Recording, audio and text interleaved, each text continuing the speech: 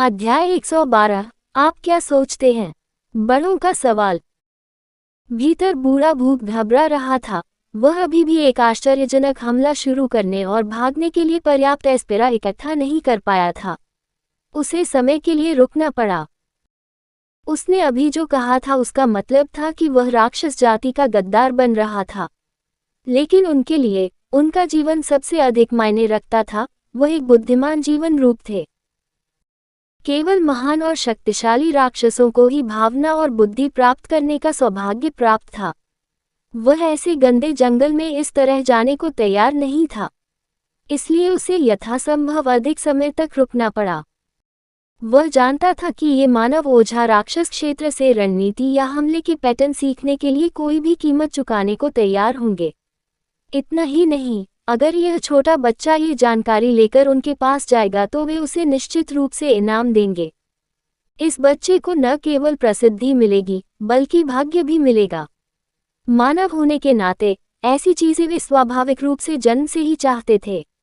अगर वह इसका जरा सा भी फायदा उठा सके तो यहाँ से भागने में सफल हो जाएगा। लेकिन ओलिवर के अगले शब्दों ने उसकी खोपड़ी सुन्न कर दी। जानकारी, मुझे इसकी आवश्यकता नहीं है।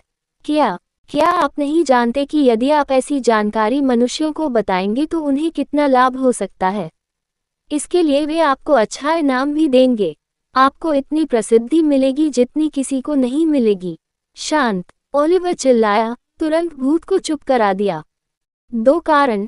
वह शुरू हुआ जब वह एक पेड़ के पास गया, परतदार छाल को हल्के से खरोंचते हुए, खुरदुरी बनावट को महसूस करते हुए। उसने कहा, 2 कारण हैं कि मुझे इसकी आवश्यकता नहीं है। मैं आपको बताऊंगा। पहला, मुझे प्रसिद्धि पसंद नहीं है। अगर मैं चाहूं तो अभी प्रसिद्ध हो सकता हूं। दूसरा, मैं पहले से ही वह सब कुछ जानता हूं जो आप बताना चाहते हैं। बूढ़ा भूत मदद नहीं कर सका, लेकिन जब उसने दूसरा कारण सुना तो उसे ठंड लग गई। किसी कारण से उसे लगा कि ओलिवर उसके साथ मजाक नहीं कर रहा है। कोई भी समझदार इंसान राक्षस क्षेत्र के बारे में गुप्त जानकारी प्राप्त करने के प्रस्ताव को अस्वीकार नहीं करेगा। उसने अपने जीवनकाल में बहुत कुछ देखा था। लेकिन ये कैसे संभव हुआ? वह पहले से ही जानता है कि वह उससे क्या कहने वाला था। क्या यह एक धोखा था? भूत के पास सोचने का समय नहीं था, क्योंकि उसे लगा कि दूषित ऊर्जा तेजी से उसे घेर रही है। यातना फिर से शुरू हो गई, क्योंकि उसने सैकड़ों वर्षों में अपने जीवन का सबसे खराब दर्द अनुभव किया। उसकी आंखें पीड़ा से जल गईं। वह मरने वाला था। मर जाओ आग! भूत चिल्लाया, क्योंकि उसने ओलिवर को नुकसान पहुंचाने के इरादे से एस्पेरा का एक विस्फोट छोड़ा। ये वही था जिसे वह अब तक बचा रहा था। हालांकि उसकी आंखों के सामने कुछ अप्रत्याशित हुआ। दूषित ऊर्जा ने एस्पेरा को बाहर भी नहीं बहने दिया। इसने सब कुछ खा लिया, यहाँ तक कि एस्पेरा को भी नहीं बख्शा गया। बूढ़े भूत ने अपने जीवनकाल में इतनी विचित्र चीज कभी नहीं देखी थी। अपने अंतिम क्षण में उसने केवल ओलिवर की फीकी आवाज सुनी जब वह मजाक कर रहा था। क्या तुमने सोचा था कि मुझे तुम्हारी छोटी सी चाल के बारे में पता नहीं चलेगा? तुम्हारा ये सोचना साहपूर्ण है कि तुम मेरी सूचना के बिना मेरे शरीर के अंदर एस्पेरा इकट्ठा करते हुए एक गुप्त हमला शुरू कर सकते हो। हाँ, भूत पूरी तरह से एबिस ऊर्जा से भस्म हो गया था। उसके अस्तित्व का कोई निशान नहीं बचा था। ओलिवर को हलचल महसूस हुई, क्योंकि उसके शरीर के अंदर बहने वाली धाराओं से एबिस ऊर्जा अधिक शक्तिशाली लग रही थी। शरीर विश्लेषण पैनल का अवलोकन करते हुए उन्होंने निम्नलिखित परिवर्तन देखे। नाम, ओलिवर मिस्टिक। जाति, मानव। स्थिति, रैंक 1। ताकत, स्तर 5। Aspera, level 4। एबिस energy, level 4। करिश्मा, स्तर 3। भाग्य, स्तर 4। उसकी एबिस एनर्जी बढ़ गई थी।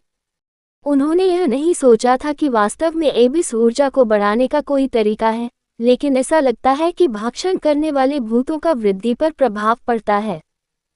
अप्रत्याशित रूप से वह बूढ़ा भूत वास्तव में काफी शक्तिशाली था, अन्यथा उसने इतनी वृद्धि नहीं देखी होती। उसे आश्चर्य हुआ कि क्या वह भाग्यशाली था कि उसे बूढ़ा भूत इतनी घायल और खेदजनक स्थिति में मिला कि वह उसे निगलने में सक्षम हो गया। वह कुछ देर तक अपने हाथ में रखे स्टोरेज ब्रेसलेट को देखता रहा। वह इसकी सतह पर एक काला शिलालेख देख सकता था। स्टोरेज ब्रेसलेट को बैरियर श्रेणी के रून द्वारा सुरक्षित किया गया था। इस प्रतिबंध को हटाने के लिए उसे एक धाविका या जालसाज को ढूंढना होगा। चूंकि यह रून स्पष्ट रूप से राक्षसों की तकनीक थी, इसलिए उसे सावधान रहने की आवश्यकता होगी। वह आसानी से यह नहीं बता सका कि उसे यह स्टोरेज ब्रेसलेट किसी बूढ़े भूत से मिला है। अगर उसने ऐसा किया तो ये चीज सीधे अधिकारियों द्वारा जब्त कर ली जाएगी। उसे एक ऐसे लोहार को ढूंढने में सावधानी बरतनी होगी जो उसके लिए ऐसा करने को तैयार हो, या बेहतर होगा कि वह खुद ही रस्सियां सीख ले। आखिरकार उसे दूसरों पर निर्भर रहना पसंद नहीं था। ओलिवर शीघ्र ही सभा में लौट आया। आखिर में उसे बिल्कुल भी आराम नहीं मिला। उसने मन ही मन उस मृत भूत को और इन बेकार बुजुर्गों को कोसा, जिन्हें इस बड़े जंगल के अंदर एक राक्षसी भूत के मौजूद होने और छिपे होने का एहसास नहीं हो सका। उसे आश्चर्य हुआ कि क्या वे बूढ़े हो गए हैं। अरे ओलिवर, तुम कहाँ गए थे? बेला ने मुस्कुराते हुए उससे विनम्रता से पूछा। क्षमा प्राप्त करने के बाद वह पिछली घटना को भूल गई थी। उसने उत्तर देने से पहले उसकी ओर देखा। कुछ नहीं, मैं बस टहल रहा था। ओह, मैंने अभी अभी बड़ों से पूछा है, और ऐसा लगता है कि हम जल्द ही प्रशिक्षण शुरू कर सकते हैं। हम उस दौरान एक दूसरे के साथ जितना चाहे उतना द्वंद्व कर सकते हैं। मैं इसके लिए इंतजार नहीं कर सकता। जब ओलिवर ने एक अजीब सी मुस्कान बिखेरी तो वह उत्साह से चहक उठी। वह मुश्किल से 9 साल की थी और पहले से ही युद्ध के शौकीन होने के लक्षण दिखा रही थी। उसने देखा कि एवलिन भी उसे उत्सुकता से देख रही थी। वह कारण का अनुमान भी लगा सकता है। वह हमेशा बेला को आदर की दृष्टि से देखती थी, इसलिए चूंकि उसकी बहन उसके साथ साथ उसके ही उम्र के व्यक्ति के साथ बातचीत करने के लिए बहुत उत्साहित थी, इसलिए वह स्वाभाविक रूप से उसके कौशल के बारे में भी उत्सुक थी। उसकी सोच कुछ इस तरह थी, चूंकि मेरी बहन ने उसे हरा दिया, इसलिए मुझे कम से कम उस पर हावी होने में सक्षम होना चाहिए, या इसी तरह। उसने नादिया की ओर देखा, और उसने उसे अनदेखा करते हुए अपनी नज़रें फेर लीं। ये लड़की। उसके बाद वे एक एक करके अपने अपने कुलों में वापस चले गए। जब वे कार में थे तो गाड़ी चला रहे बुजुर्ग ने अचानक उनसे पूछा, आप दिव्य विरोधाभास कबीले के पुराने जुड़वां के बारे में क्या सोचते हैं? कहानी खत्म। अलविदा।